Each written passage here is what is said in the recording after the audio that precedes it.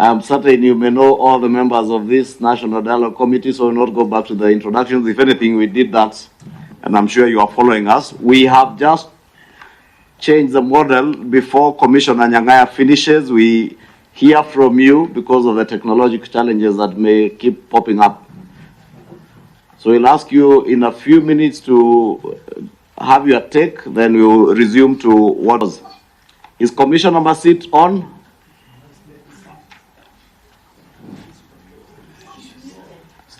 Commissioner Masit is muted.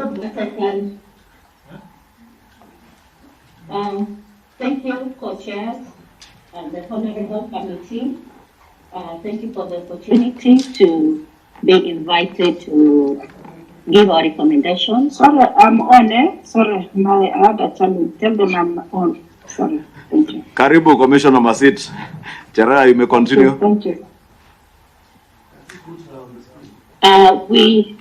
We did submit a written memorandum to the committee, and we stand by that. We only want the good of the commission and our country. What we as the 4 commissioners were taken through is not something that we wish any other commissioner, when appointed, to be taken through what we went through. So in the good faith of our country, we want the next generation of commissioners at IEBC be people that will be handled with integrity that it deserves. And their voice will not be shut down, because as commissioners, we were there in the kitchen. We know what happened. Some of these things need to be spoken in a safe space. Commissioners, past and every generational commissions, and even to make it wider, the constitutional commissions that are there, they have something to give back to our country. Having commissioners and chasing them away, we lose a lot of the investment that the country puts on them. We only wish that we can have a safe space to talk about these things. Recording in progress.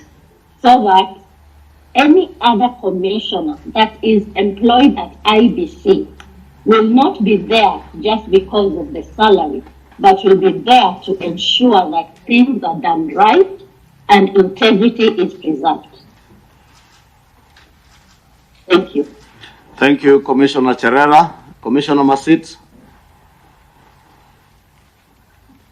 She disappeared again. Commissioner Masit.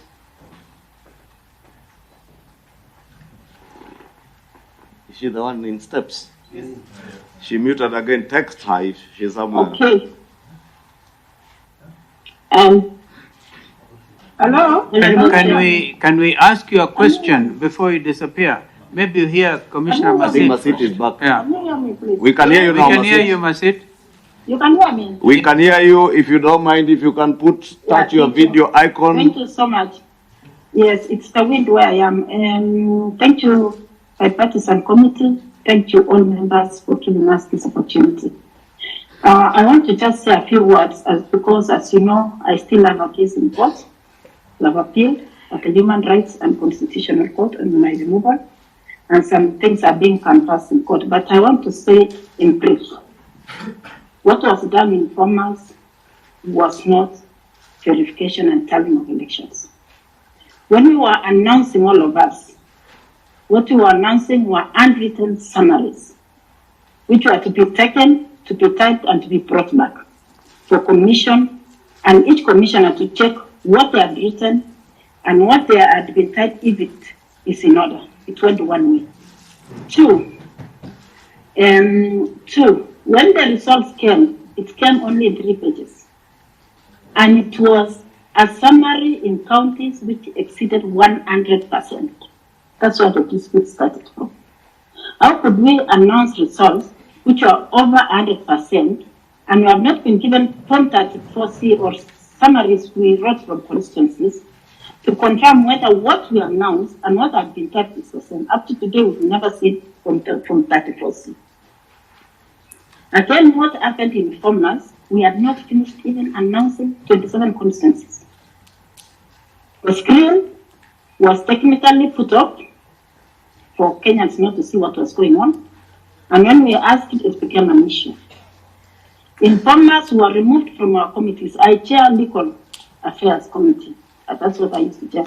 But 1 week to election, chairman wrote us letters, putting me logistics, welfare, and security with Wandeli, putting Cherera at a communication center, Nyangaya protocol, to remove us from results and assign results to Collier and Marchand only, with letters written specifically which are part of the process which are in court. We were never informed, we were never told anything, and when we wanted to say it, they said we wanted to overturn the people. Yet, when the security team came, there were no results. There was nothing. We could not even talk of results because at that time there were no results.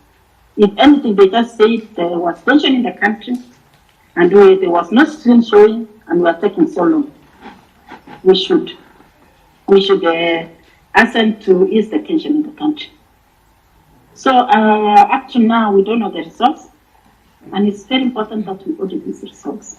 Very, very important, because when we audit and even made open to everybody, even those people who have been elected and who lost as MPs, and even others, they will know their results. Because I want to say, this was not tallying, there was no verification, it was just, it is not, I don't know what to say about it as a commissioner. It's a shame for our country. Thank you very much. Thank you very much, Commissioner Masit. And Cherera, please, we'll ask you to just stay online. We take a few questions. Yeah, I want to go first. Why are you not here with us? Is it because of security concerns on the part of two of you? Of course, we take note of what Commissioner Masita said. Some of the matters are still in court. But for the benefit of the country, are you safe? Why are you out of the country? Thank you. Yes, Chair. Maybe first confirm whether you're out of the country. I'm outside of the country for security reasons. Okay. Remember, I come from Rift Valley. Before that, even they said I betrayed the community. In the Facebook, in all social media, I was saying, I've never stepped in my home since that time. I've never even gone beyond my room. That time, I got calls, people telling me to drop the case. What am I doing? So many things, but I believe it's my constitutional right because I know what I did and what I didn't do. So it is because of security reasons. I'm out of the country and we're not doing even well because even the salaries we had, they were stopped. Even the 1/3 when I'm doing the case. So we are living at the mercy of people outside. So Commissioner Cherera should talk on herself, but mine is a long story. I don't want to say so many details because I told you other cases, but it's because of security reasons. Thank you. Irene, this is Eugene Wamala. We're in college together. We are actually the same year. You're on campus together at the university. Yes, you know, Ishunga likes saying the school because we went to our land, but I was at the University of Nairobi. We're very sorry to hear that. On a light note, at least now we know how you know Commissioner Irene. We are... No, Irene, we are sorry to hear that you're out of the country. And literally from what you're explaining, because the whole country is listening, it's like you're in exile or something. Did you receive specific threats? What about your family? Are they in the Rift Valley? Have they also moved out of the country with you? And is Commissioner Cherera also under the same situation, being away from the country, not by choice, but literally in exile? Is that the situation with Commissioner Cherera as well? And sorry. Thank you, Co-Chair, for that question. It's a very emotive question. You heard when Commissioner Masit was responding. She was really shaken, and it has taken a toll to all of us. I, being the vice chair and the voice behind the mic, and the team being dubbed by my surname, Cherera 4. I am in my late 40s, and I have a young family. My last born is 7 years old. It was bad even in school. Our social life was really thwarted. It was bad for my children. It was bad for my family. And I said some of things, we cannot say them on camera because it is not a safe space for all of us. We've been threatened just because we spoke what we saw and what we know. Personally, I was in charge of communication at Bomas. I used to get information and statements from the commission, and I give it out to the media. The screens were there to help the same, but came on Friday evening, the screens were stopped. Everyone used to come to me to get information. And you know, part of communication is the transparency bit that is a requirement in any election. I could not give people that information. I asked the chair that we refresh the screens so that Kenyans can see how many votes we have tallied, how many are remaining, and of course it was going to be helpful for the country to see the trend and also prepare them to the end. Of course, if it remains like 5,000 votes, people already know how this election has gone. But that was stopped, and it was not something that we had agreed in the commission plenary. I asked about this 2 times, and the chairman said that he was busy tallying. And this tallying, he was doing it alone with selected few. So all of us, even me as the vice chair, was kept out of this information. And that's why, even today, we will stand by our word that we disown this election presidential result because it was tallied by a few and it was not verified.